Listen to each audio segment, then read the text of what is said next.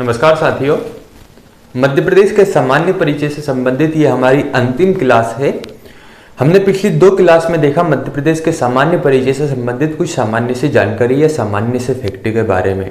जैसा कि मैंने पहले भी कहा था कि यहाँ से डायरेक्ट प्रश्न बनते हैं और इसमें हमें फैक्ट ही पढ़ना होता है सामान्य परिचय से संबंधित। जैसे कि आज हम कुछ फैक्ट ऐसे जानेंगे जो कि डायरेक्ट रूप से एग्जाम में पूछे जाते हैं। जैसे कि पूछ लिया जाता है कि मध्य प्रदेश में लोकसभा सीटों की संख्या कितनी है, राज्यसभा सीटों की संख्या कितनी है, इसके बाद विधानसभा सीटों की संख्या कितनी है, ये सभी प्रश्न यहाँ पर पूछे जाते हैं।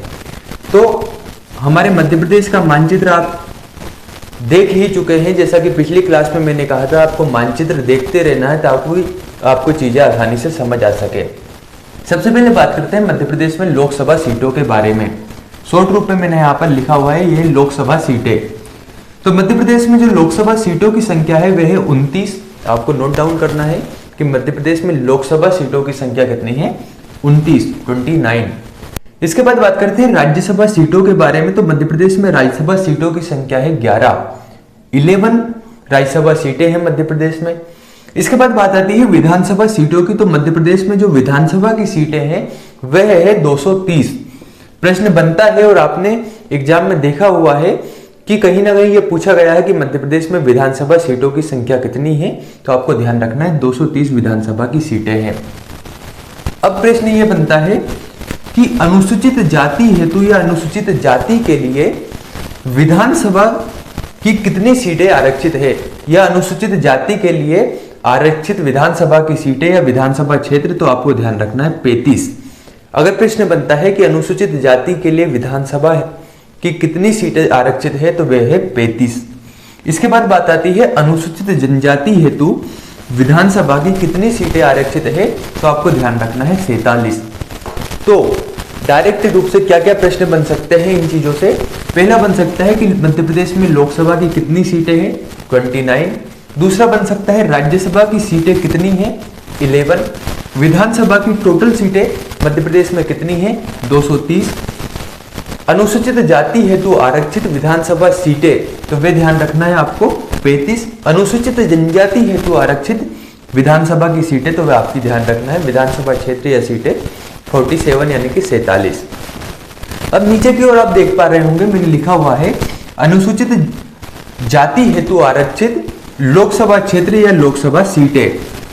तो यहाँ पर डायरेक्ट रूप से प्रश्न बनता है कि मध्य प्रदेश में अनुसूचित जाति हेतु आरक्षित कितनी लोकसभा सीटें हैं। तो आपको ध्यान रखना है 4 सीटें हैं। आगे की ओर मैंने क्षेत्र भी लिखा हुआ है, कौन कौन से क्षेत्र आरक्षित है, क्योंकि यहाँ से ये जो 4 क्षेत्र हैं इनसे संबंधित प्रश्न बनते हैं कि इनमें से कौन सा क्षेत्र है या नहीं है। तो जो 4 क्षेत्र या जो 4 सीटें आरक्षित है वे है भिंड, टीकमगढ़, उज्जैन और देवास की। तो अब मैंने यहाँ पर जो 4 जिले लिखे हुए हैं इनको आपको मैप में दर्शाना है ताकि आपको आसानी से याद हो सके। जैसे कि मैंने शुरू में नहीं कहा था कि आपको मैप देखते हुए रहना है, मैप को बनाना याद होना चाहिए, तो आप आसानी से लोकेशन को देख सकते हैं। तो अनुसूचित जाति के लिए जो लोकसभा की 4 सीटें आरक्षित है उसमें पहला है भिंड। जब मध्य प्रदेश के मानचित्र को आप देखते हैं तो मानचित्र में आप पाएंगे कि जो भिंड जिला है वह भिंड जिले की लोकेशन है यहाँ पर। तो मैं आपको देख रहा हूं, आप यहाँ पर देख पा रहे होंगे कि यहाँ पर है आपका भिंड जिला, ये यहाँ पर है भिंड। आगे की ओर दूसरा जिला है टीकमगढ़। तो आप जानते हैं यहाँ पर है टीकमगढ़। टीकमगढ़ से ही 1 अक्टूबर 2018 को आप जानते हैं निवाड़ी जिला पृथक होकर मध्य प्रदेश का 52वां जिला बना, जो कि यहाँ पर है। तीसरा है उज्जैन। उज्जैन की लोकेशन आप जानते ही हैं, उज्जैन जो जिला है मध्य प्रदेश में यहाँ पर आप देखेंगे उज्जैन जिले को। आप मैप में देखते जाइए ताकि आपको आसानी से याद हो सके। चौथी बात करते हैं देवास के बारे में। तो यहीं पर है देवास जिला, यहां पर है देवास। तो कुछ इस प्रकार से आपको ध्यान रखना है कि मध्य प्रदेश में अनुसूचित जाति हेतु लोकसभा की 4 सीटें आरक्षित है। उसमें पहला है भिंड, दूसरा है टीकमगढ़, तीसरा उज्जैन और चौथा देवास। आपको लोकेशन अगर ध्यान है तो आप आसानी से इनको याद कर सकते हैं। प्रश्न इस प्रकार से बनता है कि इनमें से कौन सा क्षेत्र मध्य प्रदेश में लोकसभा सीटें हेतु आरक्षित नहीं है। मान लीजिए 3 ऑप्शन आपको दे दिया, भिंड, टीकमगढ़, उज्जैन, चौथा ऑप्शन भोपाल दे दिया, तो आपको ध्यान रखना है कि भोपाल नहीं है। नेक्स्ट है अनुसूचित जनजाति हेतु आरक्षित लोकसभा क्षेत्र या लोकसभा सीटें। तो अनुसूचित जनजाति के लिए मध्य प्रदेश में 6 लोकसभा सीटें आरक्षित है, ये आपको ध्यान रखना है। वह 6 कौन कौन सी है? पहली है रतलाम, दूसरी खरगोन, तीसरी धार, चौथी बैतूल, पांचवी शहडोल और छठी है मंडला। आपको एक कार्य करना है, मध्य प्रदेश के मानचित्र में जो 52 जिले हैं इनकी लोकेशन को बार बार देखते रहना है, तो आपको ध्यान रहे कि कौन सा जिला कहां पर है। जैसे ही उससे संबंधित जानकारी आएगी, अगर आप लोकेशन को आपके मन में ही एक बार देख लेंगे कि कहां पर वो लोकेशन है, आपको ध्यान आ जाएगा, तो बहुत आसानी से उस फैक्ट को आपको याद करने में आसानी होगी। तो अनुसूचित जाति के लिए जो लोकसभा क्षेत्र आरक्षित है वे 6 है। पहला है रतलाम। रतलाम की अगर आप लोकेशन देखेंगे तो यहां पर है रतलाम। दूसरा है खरगोन, खरगोन को आप देखेंगे यहां पर है खरगोन। तीसरी है धार, धार की जब हम बात करते हैं तो धार आप पाएंगे यहां पर है धार। थोड़ा सा लोकेशन आगे पीछे हो सकती है क्योंकि जगह कम है। तीसरा है, चौथा है बैतूल, बैतूल यहां पर है। इसके बाद आगे की ओर जब हम बढ़ते हैं तो शहडोल, शहडोल जिले की जब हम बात करते हैं तो शहडोल है हमारा यहां पर, ठीक है, यहां पर है अनूपपुर शहडोल। इसके साथ मंडला, तो मंडला है यहां पर। तो ये जो 6 सीटें हैं, ये जो 6 क्षेत्र है, ये अनुसूचित जनजाति के लिए लोकसभा के 6 क्षेत्र यहां पर आरक्षित किए गए हैं। तो आपको ध्यान रखना है, अगर पूछ लिया जाता है अनुसूचित जाति हेतु आरक्षित लोकसभा के क्षेत्र कौन से हैं, तो भिंड, टीकमगढ़, उज्जैन, देवास। यहां पर है भिंड, टीकमगढ़, उज्जैन और देवास। इसके बाद अनुसूचित जनजाति हेतु आरक्षित लोकसभा के क्षेत्र तो वे 6 है, रतलाम, उज्जैन, धार, बैतूल, शहडोल और मंडला, जिनकी लोकेशन इस प्रकार है रतलाम, खरगोन, धार, बैतूल, मंडला और शहडोल। तो साथियों, ये हुई मध्य प्रदेश में लोकसभा, राज्यसभा, विधानसभा की सीटों के बारे में कुछ सामान्य सी जानकारी। आगे की ओर बढ़ते हैं कुछ सामान्य से फैक्ट के बारे में, जैसे कि मध्य प्रदेश में जिलों की संख्या कितनी है, तो आपको ध्यान रखना है 52, यह आपको नोट करना है। विकासखंड कितने हैं, तो 313। आदिवासी विकासखंड 89 यानी 89। तहसीलों की संख्या कितनी है, 370 तहसीलें हैं।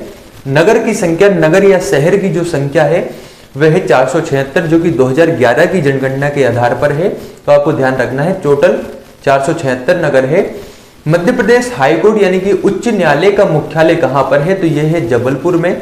आप जानते हैं जबलपुर में मध्य प्रदेश उच्च न्यायालय का मुख्यालय है। इसके साथ ही इंदौर और ग्वालियर, इन 2 जगह पर इसकी खंडपीठ है और भोपाल खंडपीठ के लिए प्रस्तावित है। यहां से प्रश्न क्या बन सकता है कि मध्य प्रदेश उच्च न्यायालय का मुख्यालय कहां है, तो यह आपको ध्यान रखना है जबलपुर।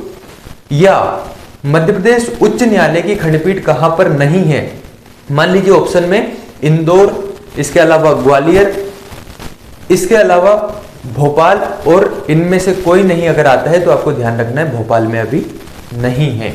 तो इस प्रकार से ये प्रश्न बन सकते हैं। साथियों, हमने ये कुछ सामान्य सी जानकारी देखी। इसके बाद कुछ जो प्रश्न बनते हैं उसके बारे में अब हम देखते हैं। आप जानते हैं मध्य प्रदेश की राजधानी है भोपाल। इसके अलावा मध्य प्रदेश की कुछ विशिष्ट राजधानियां हैं जहां से प्रश्न बन सकते हैं, उनके बारे में आपको ध्यान रखना है और उनको नोट करते हुए चलना है। जैसे कि सबसे पहली बात करते हैं मध्य प्रदेश की व्यावसायिक राजधानी के बारे में। तो आपको लिखना है व्यावसायिक राजधानी। तो मध्य प्रदेश की जो व्यावसायिक राजधानी है वह व्यावसायिक राजधानी है इंदौर। प्रश्न किस प्रकार से बनता है कि मध्य प्रदेश की व्यावसायिक राजधानी क्या है, तो वह आपको ध्यान रखना है, वह है इंदौर। दूसरा है खेल राजधानी। तो मध्य प्रदेश की खेल राजधानी भी इंदौर ही है, यह बात आपको ध्यान रखनी है। तीसरी बात है ग्रीष्मकालीन राजधानी। तो ये तो आप सभी जानते ही होंगे कि मध्य प्रदेश की ग्रीष्मकालीन राजधानी है पंचमढ़ी। इसके बाद बात करते हैं मध्य प्रदेश की मैग्नीज राजधानी के बारे में। तो मैग्नीज राजधानी से भी आप परिचित ही होंगे। मैग्नीज राजधानी है बालाघाट। इसके अलावा बात आती है मध्य प्रदेश की कोयला राजधानी के बारे में। तो मध्य प्रदेश की जो कोयला राजधानी है वह कोयला राजधानी है सिंगरौली। इसके अलावा मैंने कहा था सिंगरौली को ही हम यहां पर ऊर्जा राजधानी के रूप में जानते हैं, लेकिन ध्यान रखिए अगर ऊर्जा राजधानी पूछी जाती है और सिंगरौली ऑप्शन में नहीं रहता है तो आपको ध्यान रखना है, उसमें सही जो आंसर होगा वह रहेगा बेढन। बेढन सिंगरौली के ही अंतर्गत आता है, जो कि मध्य प्रदेश की ऊर्जा राजधानी है। इसके बाद अगली है संगीत राजधानी। तो मध्य प्रदेश की संगीत राजधानी है मैहर। तो साथियों, ये आपको ध्यान रखना है कि मध्य प्रदेश की राजधानी भोपाल के अलावा मध्य प्रदेश की कुछ विशिष्ट राजधानियां हैं, जैसे कि मध्य प्रदेश की व्यावसायिक राजधानी है इंदौर, खेल राजधानी भी इंदौर ही है, ग्रीष्मकालीन राजधानी है पंचमढ़ी, मेघनी राजधानी है बालाघाट, कोयला राजधानी है सिंगरौली, ऊर्जा राजधानी भी सिंगरौली ही है। सिंगरौली का बेढन ऊर्जा राजधानी के नाम से प्रसिद्ध है। वहीं संगीत राजधानी है मैहर। साथियों, मध्य प्रदेश के सामान्य परिचय से संबंधित ये हमारी तीसरी क्लास थी और यही मध्य प्रदेश के सामान्य परिचय से संबंधित अंतिम क्लास है। इसके बाद जो अगला वीडियो रहेगा उसमें हम बात करेंगे अगली क्लास में मध्य प्रदेश के पुनर्गठन के बारे में। मिलते हैं अगले वीडियो में। धन्यवाद।